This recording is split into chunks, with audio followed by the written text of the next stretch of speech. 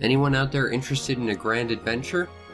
Maybe one that had a heavy artistic narrative? Perhaps that commercially failed in 3 different instances? No? Then get out. Seriously, just go. I'm not gonna start until you leave. Is that guy gone? Alright, good. Seriously, I hate that guy. Anyway, this is Okami by Clover Studio. Okami puts players into the paws of Amaterasu, the sun goddess reborn into a statue of a wolf, and then brought to life. Did I mention this game is Japanese? Well, in case you haven't noticed yet, this game is steeped in Japanese folklore, although the names have been dumbed down just a tad for North American audiences. Our wolf Ami here has to travel around all of Japan with her wandering artist friend Isun, discovering the many celestial brush techniques to dispel all the evil in the land, plus a giant snake. The story never takes itself too seriously, which is good. There's rarely a moment where you won't smile because of the writing. It even goes as far as making fun of the Chinese zodiac by basing their really goofy celestial brush gods on them. Now, since Ami is a wolf, she can't speak, so the tiny artist Isun has to speak as proxy. This is an interesting way to tell the story, as all the conversations have his opinions and are based on his viewpoint of the situation. In addition for providing a voice, Isun acts as a great foil for Ami, as the pup is more laid back and quiet, while the artist is far more excitable and cowardly, as well as incredibly loud. In addition, while they have an incredibly shaky relationship, it develops over the course of the adventure, and evolves so you really do get to see what they mean to each other as the quest develops. One other major character to note is Susanoo, the lazy swordsman. He'll follow Ami and Isun around in their adventure, and take all the credit for their actions. So in short, he's a colossal tool shed. But if nothing else, he fills out the cast of characters with even more personality. And that's definitely one of the most charming things about Okami.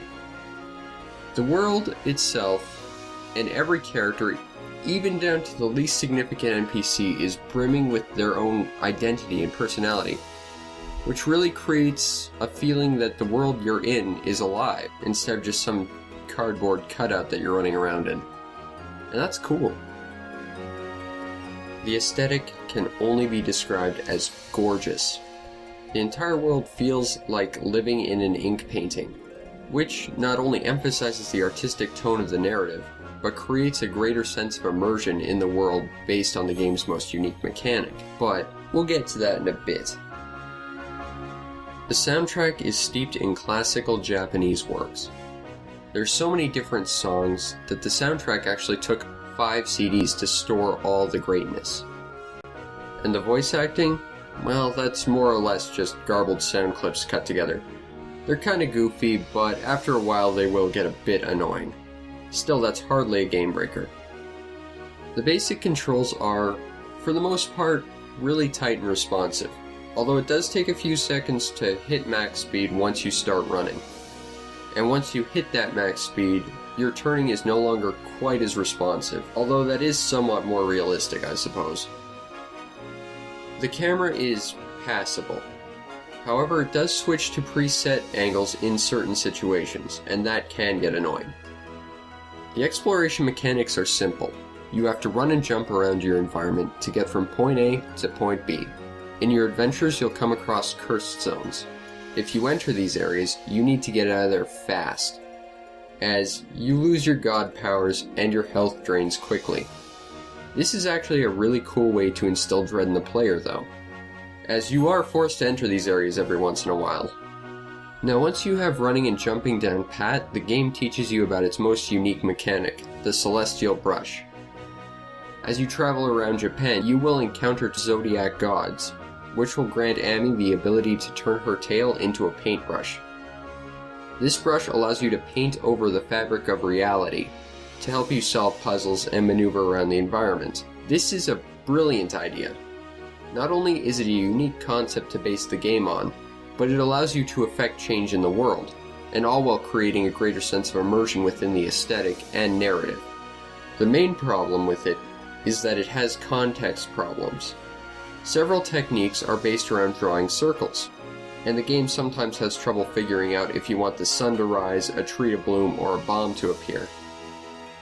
And this gets annoying if it happens repeatedly.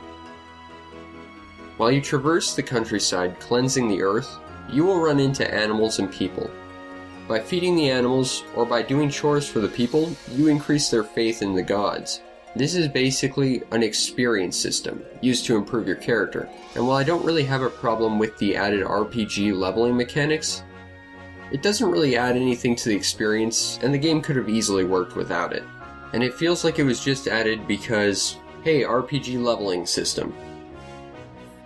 The combat of the game takes place in sectioned off areas that form around you as you come into contact with enemies.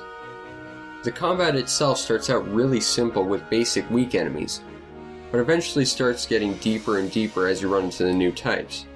While you start off with a basic reflector, it's not a terribly effective weapon. You'll slowly gain different weapons like rosaries, which will hit faster, as well as swords, which will deal a lot more damage.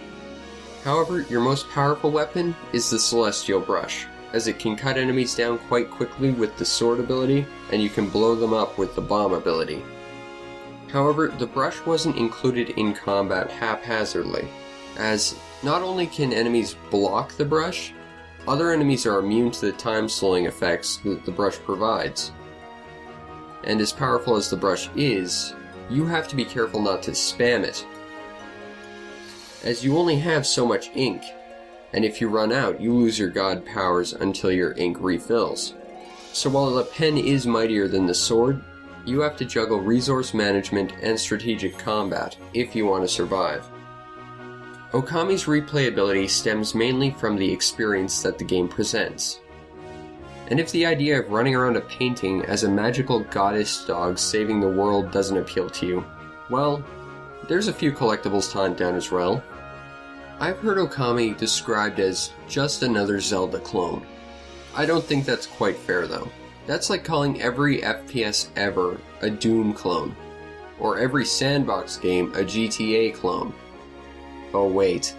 Either way, Okami is a beautiful adventure game, with somewhat unpolished mechanics. And while it's far from perfect, there's a reason it's been brought back on 2 separate consoles after it failed, and given an official sequel. It's good. I'd recommend this game to anyone who loves adventure games or has an interest in the obscure.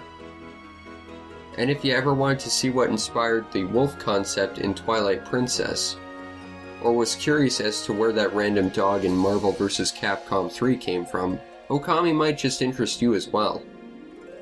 Okami can be picked up on the PS2, Wii, and a digital HD version on the PS3. Physical copies are somewhat uncommon, but no version of this game should cost you more than maybe $20. And I think that's a pretty low entrance fee to experience this beautiful adventure.